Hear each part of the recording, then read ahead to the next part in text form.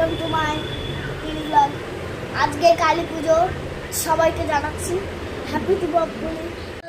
Breakfast হয়ে গেছে, আবার মশাই আসবে, তাড়াতাড়ি তাহলে আমাকে পড়তে হবে, তারপরে ছুটি হয়ে যাবে।